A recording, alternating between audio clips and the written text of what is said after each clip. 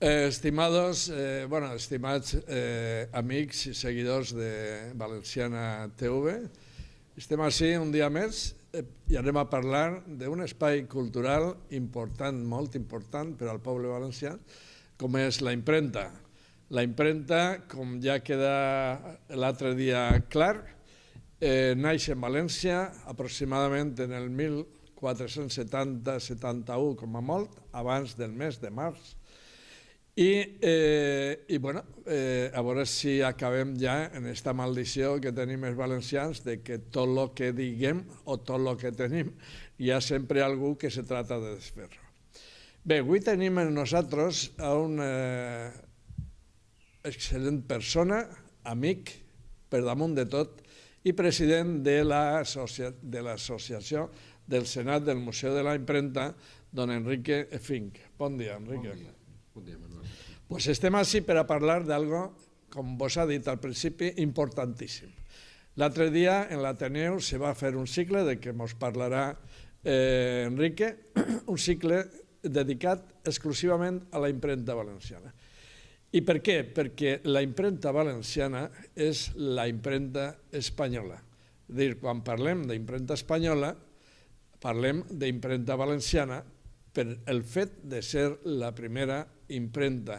I no tan sols això, sinó perquè, segons Gudiol, València produirà més de 2.000 incunables, cosa que no farà cap d'impremta en Espanya. Doncs bé, li passo la paraula a don Enrique Fink, president del Senat del Museu de la Impremta, com havia dit, per tal que ens comente i ens parle sobre el Museu de la Impremta en si. Si comencem parlant del Museu de la Impremta, encara que poques persones coneixen el Museu de la Impremta com tu, ja que vares ser part substancial del seu inici, però per a repetir per a que la gent tingui la informació, el museu se crea o s'inicia més o menys el 1976 per iniciativa de Ricardo Vicent, on l'ajuden en aquest moment José Huguet i Gonzalo Sales. Els pares mercedaris Joan de Besa i José Sesma també col·laboren cedint-los un espai de manera gratuïta, i allí, amb molt bona voluntat i fons que tenen ells, etc., s'estableix aquest primer Museu de la Impremta, que ocupa aproximadament uns 600-800 metres quadrats aproximadament, i està obert durant uns anys. Se fan les activitats que un museu privat, en tots els gastos, totes les despeses al seu compte, se tenen que fer, i arriba un moment en què els fundadors prenen la decisió, o sigui, comença a parlar en la Generalitat perquè sigui la Generalitat qui assumeixi el museu, un període que coneixes molt bé. Passa efectivament, ells donen els fons a la Generalitat i se fa una ampliació important, molt important, s'arriba quasi als 2.000 metres quadrats de superfície, s'incorporen vora 60 màquines impressores i hi ha un fons d'obra gràfica dels que quan parlem de futur i de projectes parlarem del fons d'obra gràfica. Què passa a partir d'aquest moment? Se reinaugura en 2008 i a partir d'ahir té uns anys que funciona raonablement bé. Ve la crisi, sempre li tirem la culpa a la crisi de totes les coses. Ara n'hi ha que tirar-li la d'ella. Efectivament, i a partir d'ahir s'entra en una situació de falta d'activitat, de nul·les inversions, en definitiva, d'una situació quasi d'abandonament de lo que és el museu. Situació que estem intentant reconduir, intentant-lo, almenys nosaltres per lo que puguem fer, intentant reconduir-la per a que torni a donar-se-li la importància, perquè si nosaltres mateixos tenim com tenim els valencians dos instruments per a defendre-nos, perquè per desgràcia sempre tenim que estar defendre-nos. Sí, el valencià sempre tenim que estar defendre-nos. És el seu càstig, pareix ser. En aquest cas tenim com tenim un museu molt bo, i ara parlaré de la seva qualificació per a mi.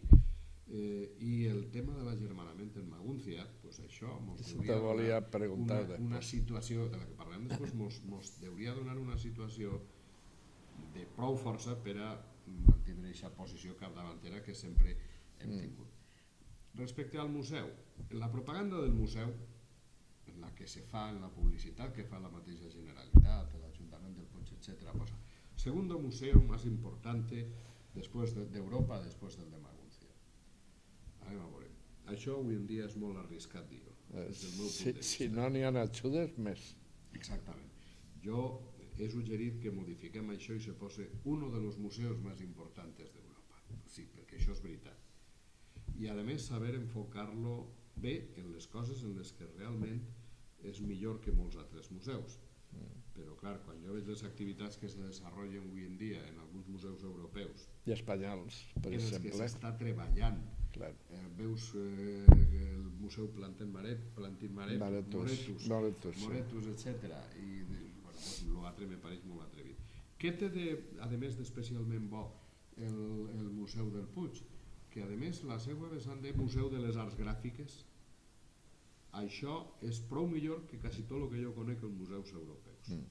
Els museus europeus estan tots molt enfocats a la impremta inicial, però la gent s'oblida que a més n'hi ha unes arts gràfiques posteriors que partixen d'aquesta impremta inicial. I en aquest sentit jo penso que el del Puig és, sí, dels millors museus d'Europa, si no el millor. Quina és la pena? Que se fa el que se fa en el 2008 i des del 2008 endavant no n'hi ha ni una sola màquina nova, no n'hi ha res que s'hagi afegit a mantenir aquesta continuïtat com a Museu de les Arts Gràfiques, arreplegant tots els processos gràfics que en els altres museus estan abandonats. O sigui, jo quan ensenya el museu pense que quan tu te'n vas a la part de tipografia i expliques la màquina aquella de fondre tipus que n'hi ha i arribes des d'allí a l'Apple Macintosh, això no està explicat en ningú museu europeu. Ahí tens tota l'evolució de la fundició de tipus, la composició mecànica i cada un dels passos de la fotocomposició fins a arribar al Macintosh, a l'Apple, i això no ho trobaràs en ningú altre museu. No, això és de veres.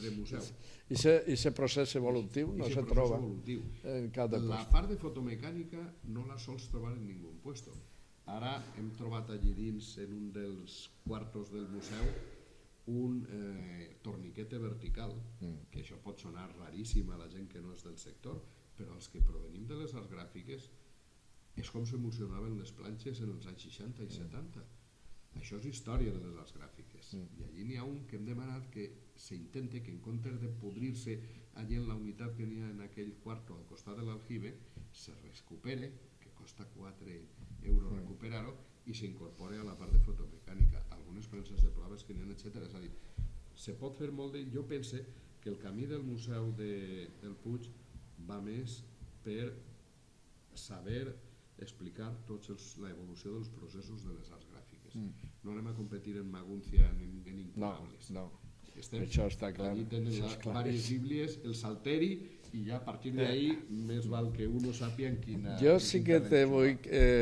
Quan t'has comentat el tema de no subvencions, és de veres que des del 2008 que s'inaugura el museu fins a 10 anys després s'ha implantat una decisió un poquet perillosa.